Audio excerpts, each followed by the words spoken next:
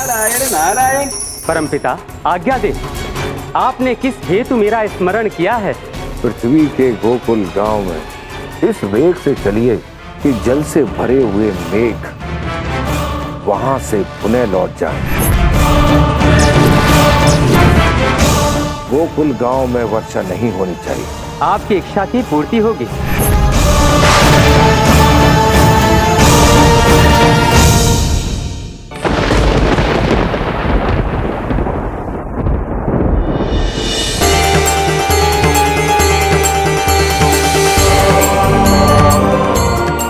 लगता है ईश्वर ने हमारी प्रार्थना सुन ली है। आकाश में मेघ आ गए।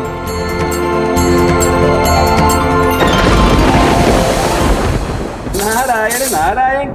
आइए आइए पवन देव। परमपिता ब्रह्मदेव को मेरा नमन। प्रणाम नारद मुनि। प्रणाम। नारायण नारायण। परमपिता आज्ञा दे, आपने किस हेतु मेरा स्मरण किया है? पृथ्वी के गोकुल गांव में इस वेग से चलिए कि जल से भरे हुए मेघ वहां से पुनः लौट आए। गोकुल गांव में वर्षा नहीं होनी चाहिए। नारायण नारायण। अब सबको ज्ञात होगा परम पिता का सामर्थ्य। परमपिता आपकी इच्छा की पूर्ति होगी। आज्ञा दे। नारायण नारायण।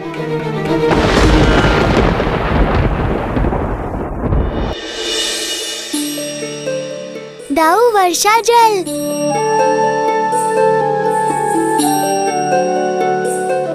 कान्हा वर्षा प्रारंभ हो गई। बाबा वर्षा जल।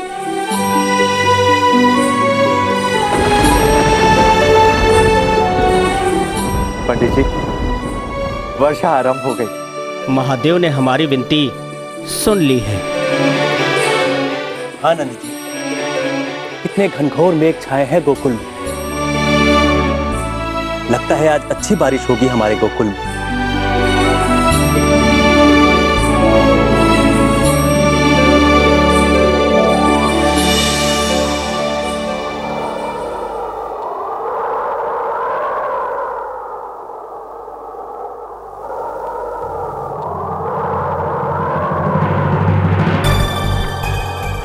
ये क्या अकस्मात इतनी तीव्र पवन?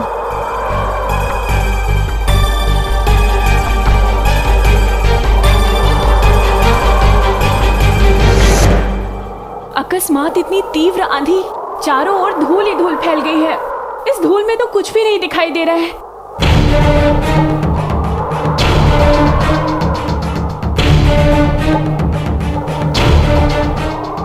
इतनी धूल कहां से आ रही है? कुछ दिखाई नहीं दे रहा है। मैं सभी गोकुल वासियों से निवेदन करता हूँ कि वे यथास्थान बैठकर पूजा को संपन्न कराएं, अन्यथा पूजा में व्यवधान आएगा। ईश्वर सब ठीक कर देंगे। आप बैठें, बैठ जाइए।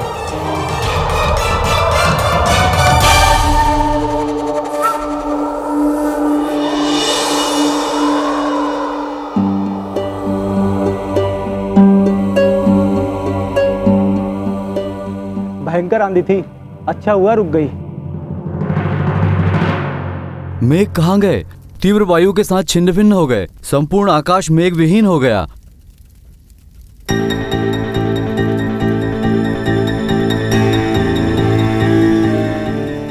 ये तो बड़ी विचित्र घटना है। लगता है किसी कारणवश हुआ है पंडित। हाँ, अकस्मात इस घटना का घटित होना बताता है ये किसी कोप के कारण हुआ है। और मुझे लगता है कि हमें किसी ऐसी बात से अप्रभावित होकर पूजा को संपन्न कराना चाहिए।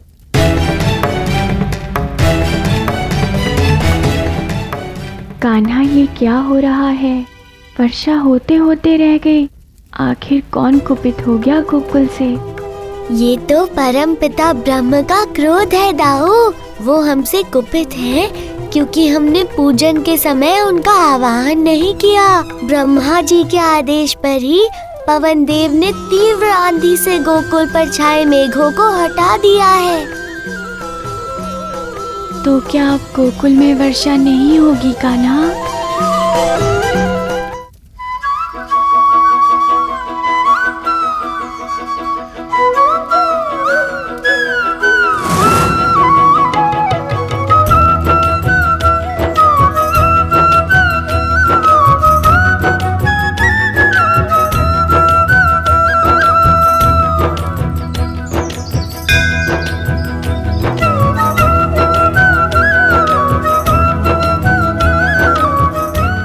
ये क्या?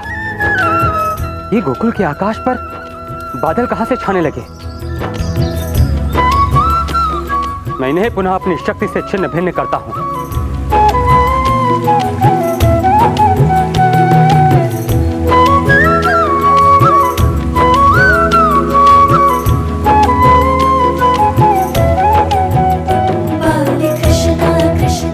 ये कौन है जो मेरे कार्य में इस प्रकार बाधक बन रहा है? कौन है जो मेरे सामर्थ्य को ललकार रहा है? इतनी तीव्र वेग होने के कारण भी मेरी शक्ति का कोई प्रभाव नहीं हो रहा है। ये बादल पुनः गोकुल के आकाश पर छाए जा रहे हैं।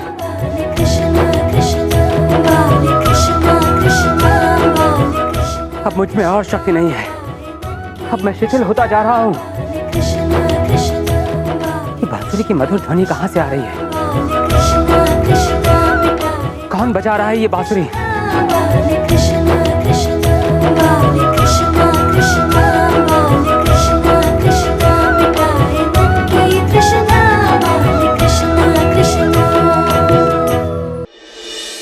क्षमा करे परमपिता, मैं आपके आदेश का पालन करने में असमर्थ रहा। किंतु परमपिता, वो बालक अत्यंत ही मायावी है। परमपिता, मैंने अनेकों प्रयत्न किए, किंतु उस बालक ने अपनी माया के द्वारा गोकुल के आकाश से मेघों को हटने ही नहीं दिया। परमपिता, बार बार प्रयत्न करके मैं अत्यंत शिथिल हो गया हूं। अब और प्रयत्न करने का साहस मुझ में नहीं है परमपिता। मैं आपके कार्य को सिद्ध नहीं कर सका, इस हेतु मुझे क्षमा कर दीजिए। ये तो बड़ी ही अच्छी सूचना है पवनदेव। विष्णु का 8वां अवतार इतना शक्तिशाली है, ये जानकर विस्मय के साथ साथ अति प्रसन्नता भी हो रही है। अब देखना ये है कि कैसे गोकुलवासी जल महाअभिषेक को सफलतापूर्वक संपन्न करते हैं। नारायण नारायण। क्या हुआ पिताश्री, आज आप अत्यंत ही प्रसन्नचित प्रतीत हो रहे हैं। हमें भी अपनी प्रसन्नता का कारण बताइए ना। नारद, क्या तुम्हें स्मरण नहीं कि आज कौन सा महाआयोजन संपन्न होने वाला है?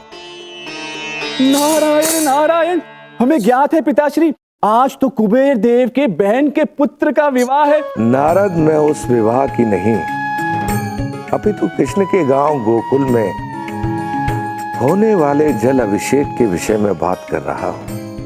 नारायण नारायण, वो तो हम भूल ही गए थे पिताश्री।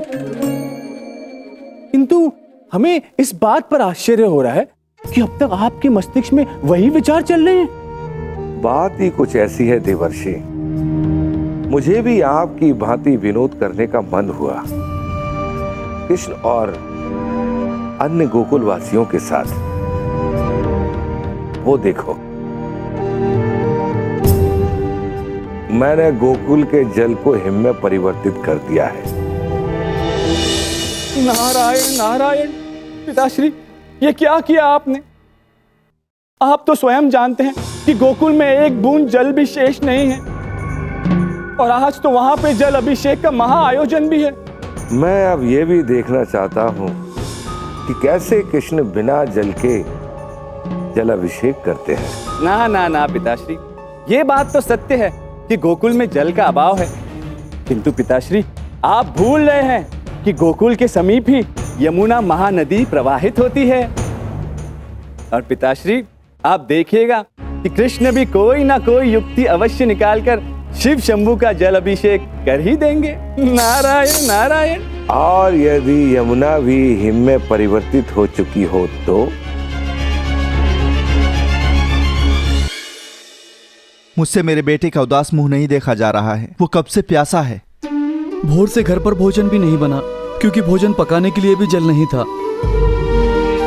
नंद जी, पूरे गांव भर की यही दशा है। खेत क्यारी पशु पक्षी सब जल के अभाव में त्राही त्राही कर रहे हैं। बहन, हम सब की भी यही दशा, किंतु मुझे समझ में नहीं आ रहा है कि हमारे गोकुल में ऐसी विपदा कैसे आ गई।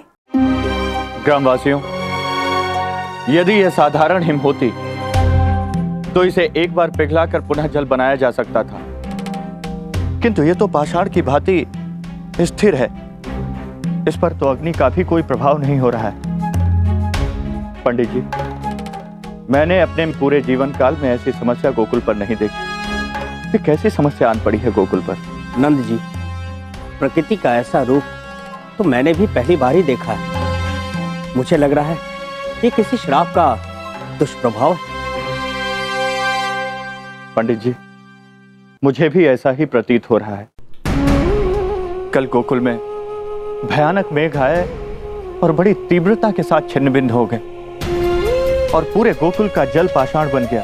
ये कैसी विपदा छाई हुई है गोकुल पर पंडित जी? नंदराज, हो ना हो पवन देव और जल के देवता वरुण हमसे कुपित। आर्य, किसी भी प्रकार हमें गोकुल को इस विपत्ति से बचाना ही होगा।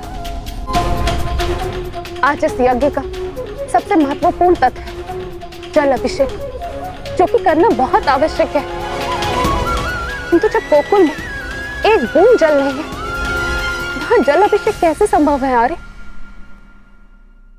मैया, ये केवल एक पूजन नहीं, संपूर्ण गोकुल का निश्चय है।